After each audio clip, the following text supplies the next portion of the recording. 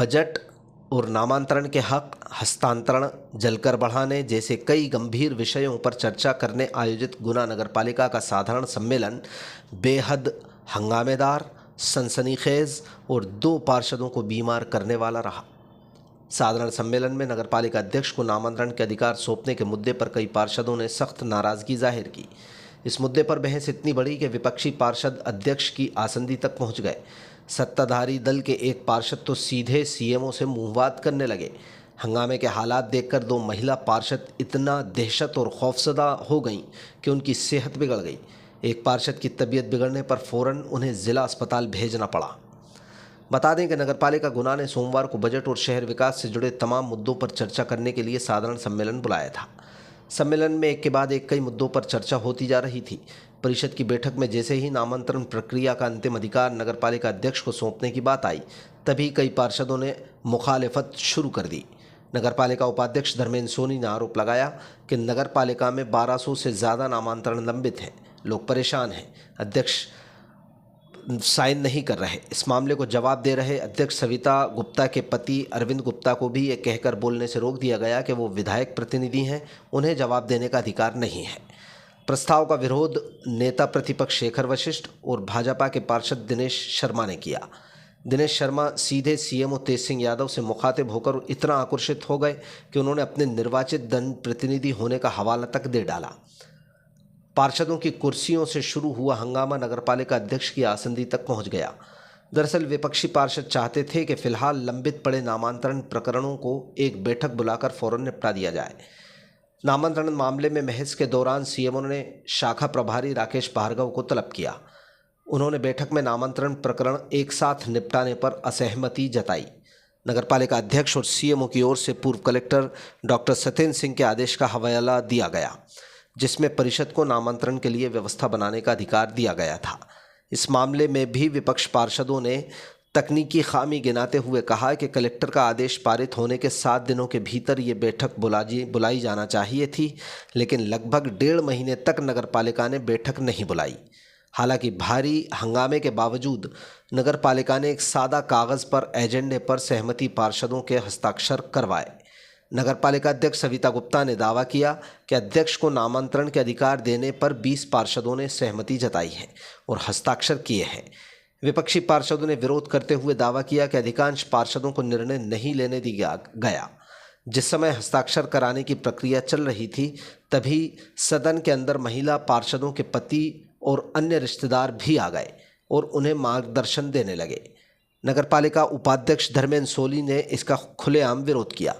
नेता प्रतिपक्ष शेखर वशिष्ठ ने तो बीमार महिला पार्षदों से हस्ताक्षर कराने को अमानवीय करार दे दिया। इस बीच वार्ड 28 की महिला पार्षद तरन्नुम खान बेहोश हो गईं और उन्हें फौरन अस्पताल भेजा गया। नगरपालिका की हंगामेदार बैठक के दौरान शहर से जुड़े कुछ महत्वपूर्ण मुद्दों पर भी चर्चा हुई। इनमें खास तौर पर नगरपालिका के जलकर और संपत्ति कर को बढ़ाने का प्रस्ताव पारित कर दिया गया। पारिषद ने नगरपालिका की पेयजल सप्लाई के दौरान वसूली जाने वाली 160 रुपये को राशि को अब 170 रुपये कर दिया। संपत्ति कर में भी कुछ प्रतिशत का इजाफा कर दिया गया। इसके अलावा बस स्टैंड क्षेत्र से जुड़े विकास कार्यों को लेकर भी चर्चा हुई। नगरपालिका की यह बैठक इतनी ज़्यादा हंगामेदार और सनसनीखेज रही कि 2 महिला पार्षद इसमें बीमार हो गईं।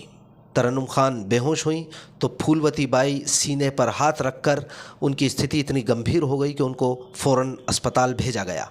दोनों महिला पार्षदों की हालत फ़िलहाल स्थिर बताई जा रही है।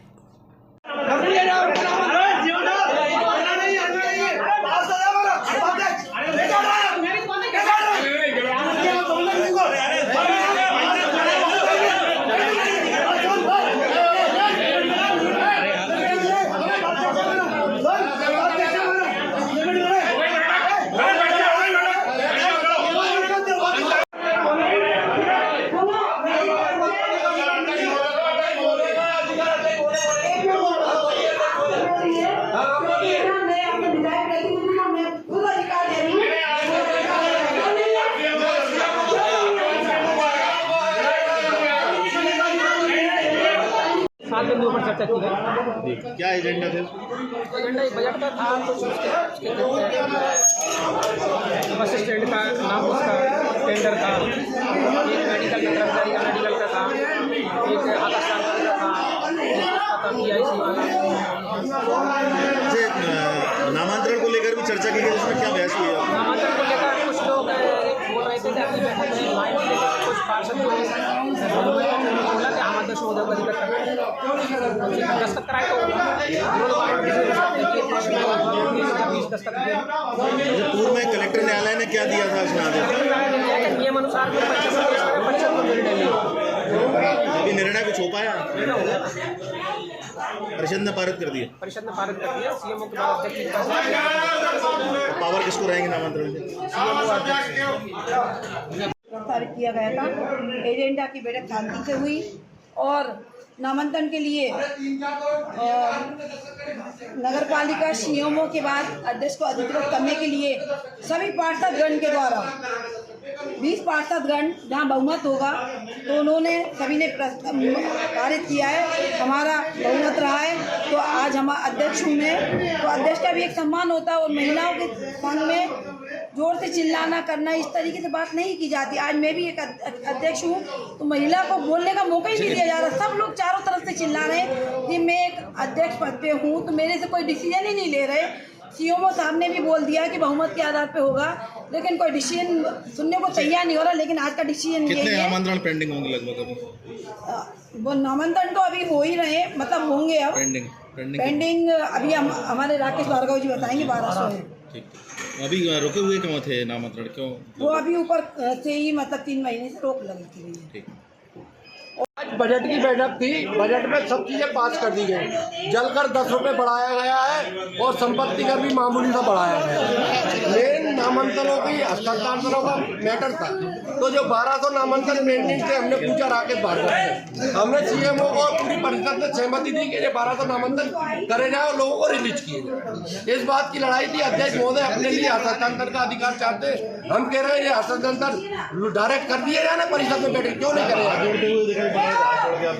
हाथ जोड़ कर निवेदन कर रहे हो क्योंकि शहर की जनता हमारी है, लोग परेशान हो रहे हैं। किसी को अपने बच्चे के लिए लोन लेना है, किसी को परमिशन लेना है, किसी को बैंक से लोन लेना है, किसी को बच्चे की पढ़ाई का लोन लेना है।